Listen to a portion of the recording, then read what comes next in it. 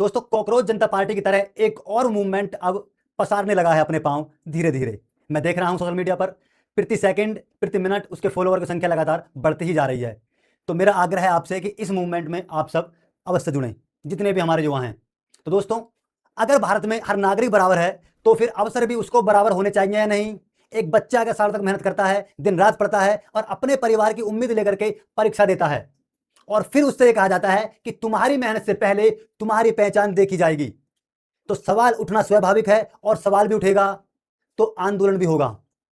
Reservation हटाओ movement जो है बहुत ही रेवोल्यूशन की एक क्रांति आने वाली है इंडिया में, जहां तक मेरा मानना है।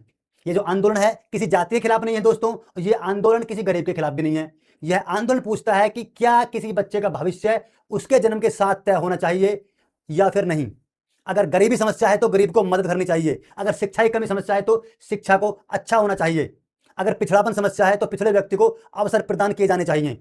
लेकिन सवाल यहां पर मेरा यह है कि क्या सिर्फ जाति देख करके किसी को हमेशा फायदा और किसी को हमेशा नुकसान देना क्या सही है? और सबसे बड़ा सवाल है आखिरकार ये आरक्षण दोस्तों कब तक? 10 साल तक, 50 साल तक या फिर 100 साल तक या फिर इससे भी ज्यादा, या फिर हमेशा के लिए हम कह सकते हैं? क्योंकि अगर आरक्षण का उद्देश्य बराबरी लाना नहीं था तो फिर सरकारें हमें यह बताएं यह बराबरी कब आएगी, और अगर बराबरी अभी तक नहीं आई है तो इसकी जिम्मेदारी किसकी है?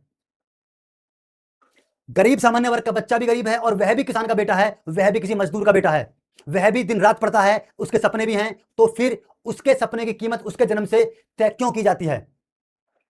हमें ऐसा भारत चाहिए जहां अवसर जाति देख करके नहीं बल्कि योग्यता, उसकी जरूरतें और उसके जो वास्तविक पिछड़ापन है उसको देखकर मिले।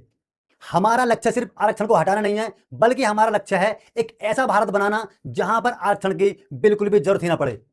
और याद रखिए, जब तक अवसर बराबर नहीं मिलेंगे तब तक सवाल उठते रहेंगे, जब तक युवाओं को न्याय नहीं मिलेगा तब तक आवाजें उठती रहेंगी।